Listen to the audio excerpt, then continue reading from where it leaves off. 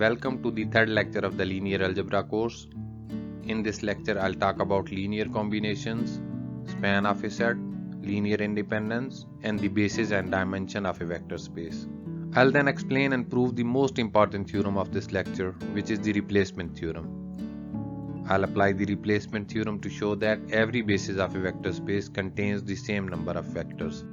Lastly, I'll derive a formula for the dimension of the direct sum of vector spaces using the replacement theorem. Let's get started. The vector space R2 contains all ordered pairs of real numbers. We can also represent the ordered pairs in R2 as a column vector. I would prefer the column vector notation because it is easier to work with. Look at these four vectors W, X, Y, and Z in R2. These are not some spatial vectors, I just chose them randomly to explain a concept. If we combine the vectors W and Y, we obtain another vector minus 14, minus 5.4.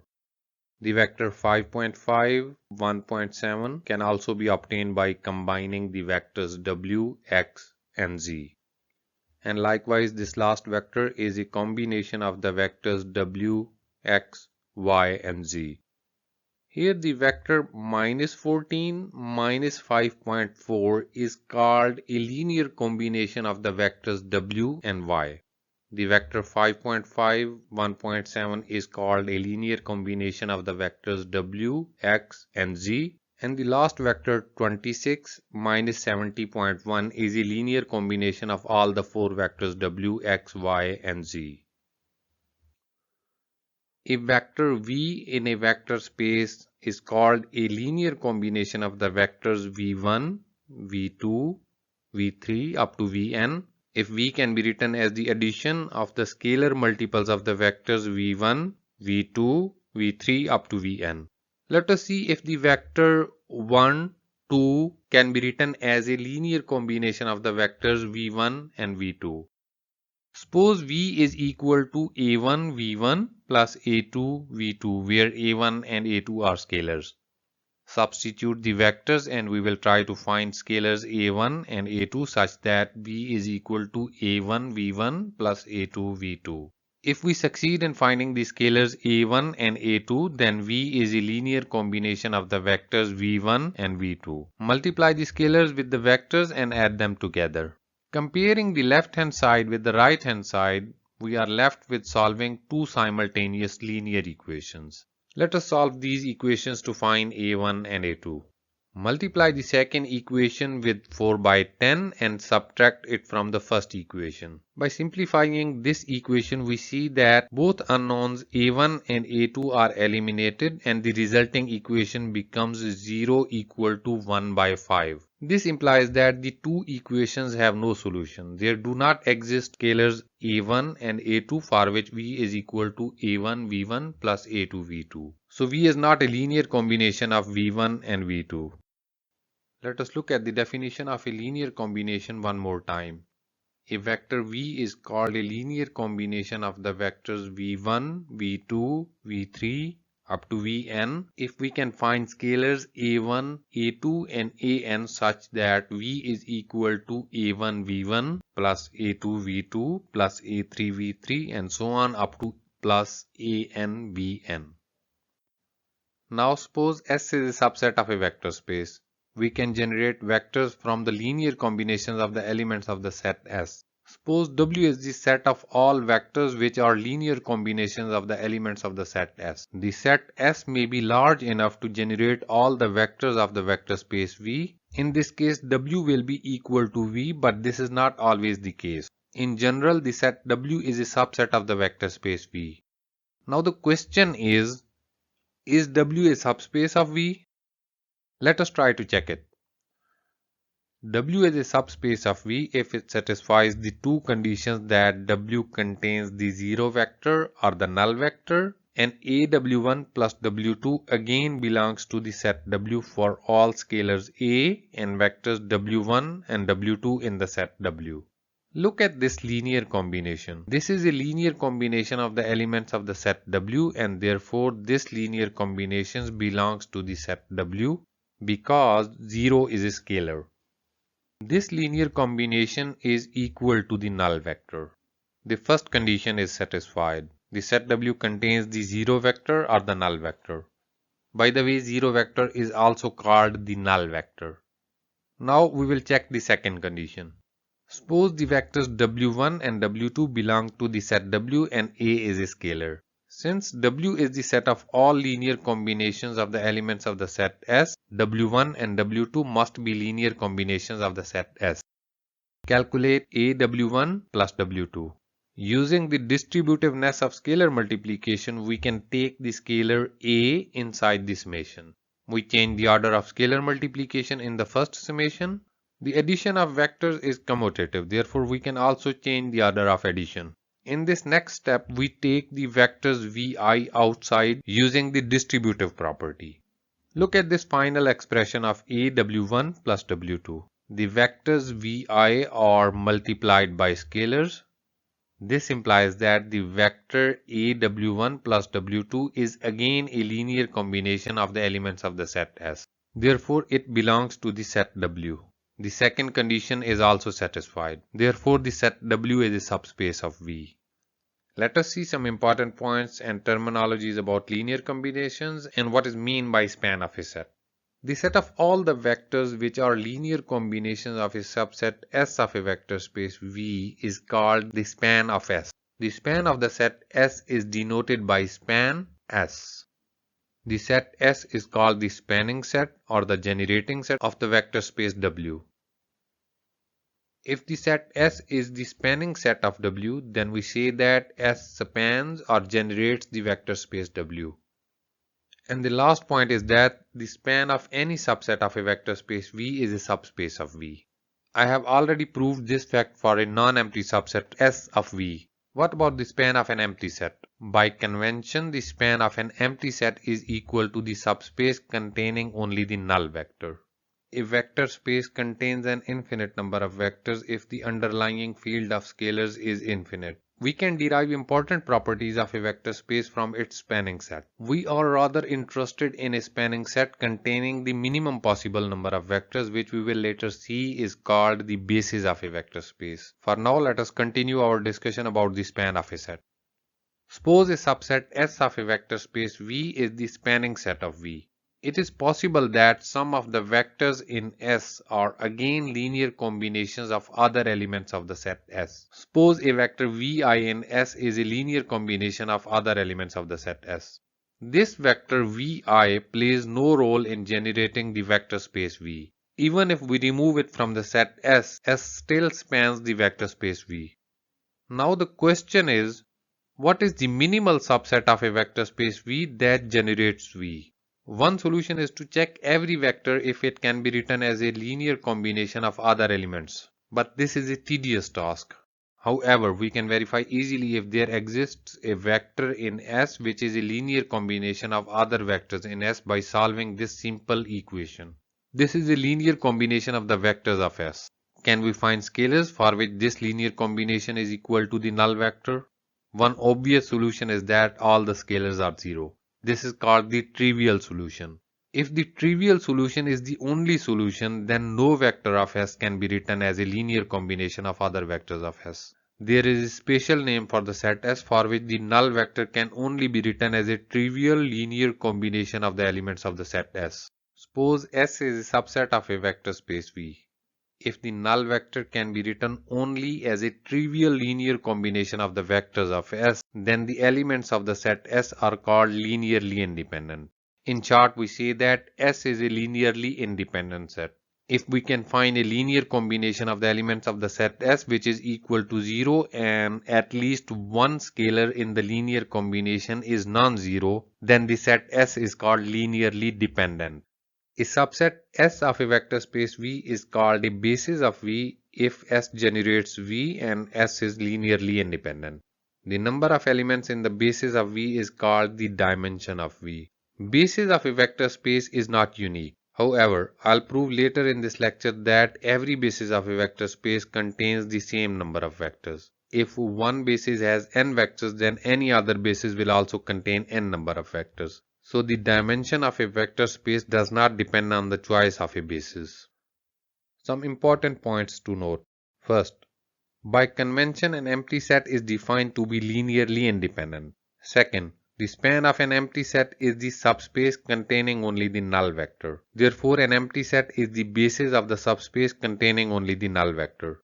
Third, the null vector alone is linearly dependent. Although it spans the subspace of the null vector, it is not the basis because it is linearly dependent. Fourth, a set containing one non-zero vector is linearly independent.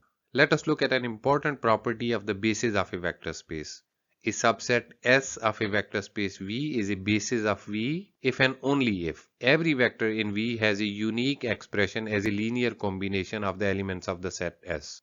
Here unique expression means the scalars a1, a2 and up to an are the only scalars that make the linear combination equal to the vector small v. The theorem is true in both directions. If S is a basis, then every vector has a unique linear combination. And the converse is also true. That is, if every vector of V has a unique linear combination of the elements of the set S, then S is a basis of V. So we will prove the converse of the theorem as well. Let us prove the first part. In this part, we will assume that S is a basis and our target is to show that every vector of V has a unique linear combination of the elements of the set S.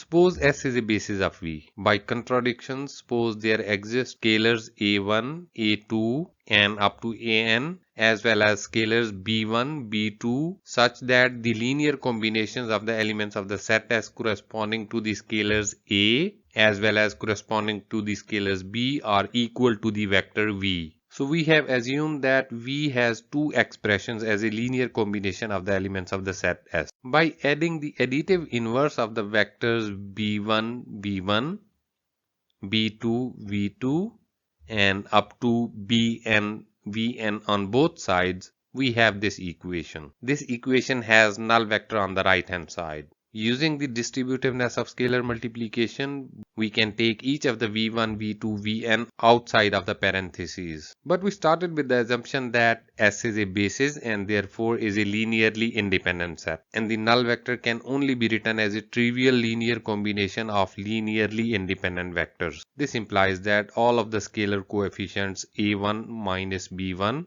a2 minus b2 and up to an minus bn are equal to 0. And from this we can infer that all the scalars a and b are equal. This means that every vector of V has a unique expression as a linear combination of the elements of the set S. Now we will prove the other way around. Suppose every vector of the vector space V has a unique expression as a linear combination of the elements of the set S. Our target is to show that S is a basis of the vector space V. For the set S to be a basis of V, S must satisfy the two conditions. First, S spans the vector space V and second, S is linearly independent. The first condition is readily satisfied because we have assumed that every vector of V can be written as a linear combination of the elements of the set S. So the vector space V is equal to the span of S. We just need to show that the set S is linearly independent. The null vector can be written as a trivial linear combination of the vectors of S. Is this the only way null vector can be written as a linear combination of the elements of the set S? The answer is yes, because of our underlying assumption that every vector of V has a unique expression as a linear combination of the elements of the set S. This implies that the elements of the set S are linearly independent, and therefore S is a basis of V. This completes the proof of the theorem. Some important points about the basis of a vector space. Suppose a subset S of a vector space V is a basis of V. The first point is that if we include another vector into the subset S that is not already in S, then the set S will be linearly dependent. The reason is that the extra vector is a linear combination of the elements that are already in S. And the second point is that if we exclude a vector from the basis set S, then the resulting subset will no longer span the vector space V, because the excluded vector X would not be a linear combination of other elements of the set S. If S1 is a subset of S2 and S2 is a subset of a vector space V, it is not difficult to prove that if S1 is linearly dependent, S2 is also linearly dependent, and if S2 is linearly independent, S1 is also linearly independent. By far, this is the most important theorem of this lecture. This is called the replacement theorem. A direct consequence of the replacement theorem is that every basis of a vector space contains the same number of elements. Later in this lecture, we will also derive formulas for the dimension of the direct sum of subspaces using this theorem. Before showing the proof of this theorem, let me explain it. If G is a spanning set of a vector space V and L is a linearly independent subset of V, then the number of elements in the spanning set G is at least the number of elements in the linearly independent set L. It means that the number of elements in a spanning set is always at least the number of linearly independent vectors. Second, there exists a subset H of G containing exactly n minus m elements, such that if we merge the set H with the linearly independent set L, then the merged set L union H also generates the vector space V. Let me explain it further. Here are the linearly independent set L and the spanning set G. The theorem says that we can select a subset H of G containing n minus m elements and merge it with the linearly independent set L. Then the union of the sets L and H will also span the vector space V. It does not mean that we can select any subset of size n minus m and merge it with L, but the theorem only asserts the existence of such a subset of G. Without loss of generality, I assume that the first n minus m elements of G constitute the set H. Let us prove the replacement theorem.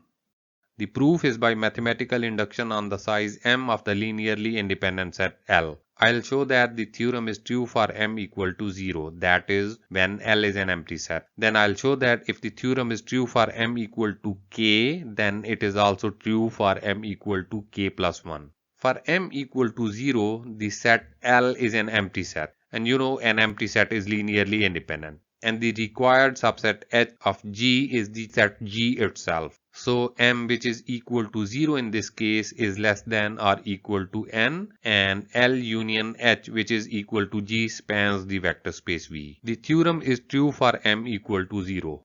Now suppose the theorem is true for m equal to k. I'll show that the theorem is also true for m equal to k plus 1. Suppose L is a linearly independent subset of V containing k plus 1 elements. Since a subset of a linearly independent set is also linearly independent, the subset U1, U2, U3 up to UK being a subset of L is also linearly independent. Our induction hypothesis is that the theorem is true for m equal to k. Therefore, k is less than or equal to n, and there exists a subset of G containing n minus k elements such that the union of that subset of G with the set U1, U2, UK spans the vector space V. The vector u k plus 1 belongs to the vector space V. So we can write it as a linear combination of the vectors u1, u2 up to uk and v1, v2 up to vn minus k. Look at this part of the linear combination. The number of vectors in this part cannot be equal to 0. In other words, n minus k is at least 1. Why?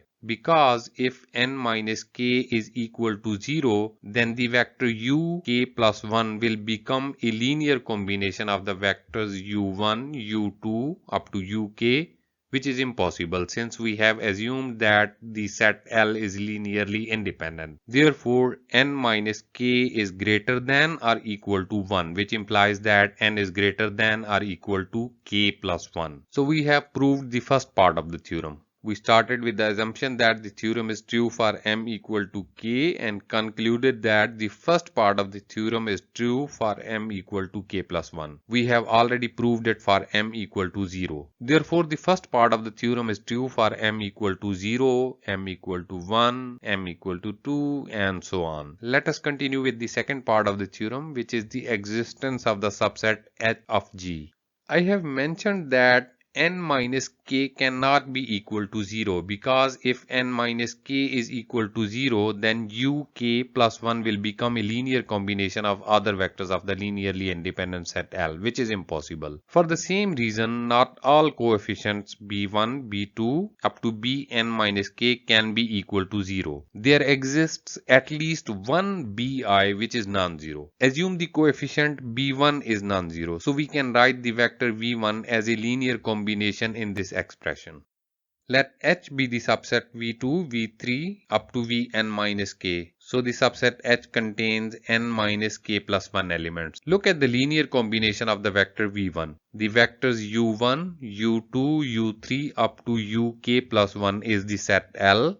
And the vectors V2, V3 up to Vn minus k is the set H. V1 is a linear combination of the elements of the set L union H. So the vector V1 belongs to the span of L union H. Now look at the union of these two sets. First set is a subset of the set L, and the vectors V2, V3 up to Vn minus k is the set H. And we have explicitly proved that the vector V1 belongs to the span of L union H. This implies that the union of these two sets is a subset of the span of L union H. And from our induction hypothesis, the union of these two sets spans the vector space V. From this we can infer that L union H also spans V. The number of elements in H is equal to n minus k plus 1. We started with the assumption that the theorem is true for the linearly independent set of size k and proved that the theorem is also true for the linearly independent set of size k plus 1.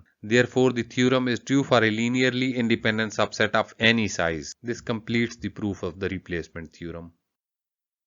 An important application of the replacement theorem is the result that every basis of a vector space contains the same number of elements. Let me show you the proof. Suppose two subsets of V, S1 and S2 containing m and n elements respectively are the two bases of the vector space V. This implies that both subsets are linearly independent as well as span the vector space V. From the replacement theorem, we know that the size of a spanning set is greater than or equal to the size of a linearly independent set. Therefore, S1 is a linearly independent set and V is equal to span of S2 imply that n is greater than or equal to m. Reversing the role of S1 and S2 implies m is greater than or equal to n. This is only possible if m is equal to n. These are some of the important corollaries of the replacement theorem, which are not difficult to prove. Suppose S is a basis of a vector space V of dimension n. Any linearly independent subset of V containing n elements is a basis of V. The dimension of a subspace W of V is less than or equal to the dimension of the vector space V. And if the dimension of the subspace W is equal to the dimension of V, then W is equal to the vector space V. Suppose U and W are subspaces of a vector space V. Then the set U plus W is defined as the addition of the elements of the set U and W. U plus W is also a subspace of V. Let us apply the replacement theorem to prove that the dimension of the subspace U plus W is equal to the dimension of U plus the dimension of W minus dimension of the intersection of U and W. Let me show you the proof. First, observe that U intersection W is a subspace of U as well as a subspace of W. Suppose the dimension of U is M, the dimension of W is N, and the dimension of U intersection W is K. And suppose the basis of U intersection W is V1, V2, V3 up to Vk. From the replacement theorem, we can extend the basis of U intersection W to the basis SU of the vector space U as well as to the basis SW of the vector space W. Let the set S be the union of the sets SU and SW. The number of elements in the set S is equal to M plus N minus K. The set SU spans U and the set SW spans W. Therefore, their union spans U plus W. If we can show that the set S is linearly independent, the dimension of U plus W will be equal to the number of elements in the set S, which is M plus N minus K. Let us prove that the set S is linearly independent. We write the null vector as a linear combination of the elements of the set S. We represent the left part of the linear combination with the vector V.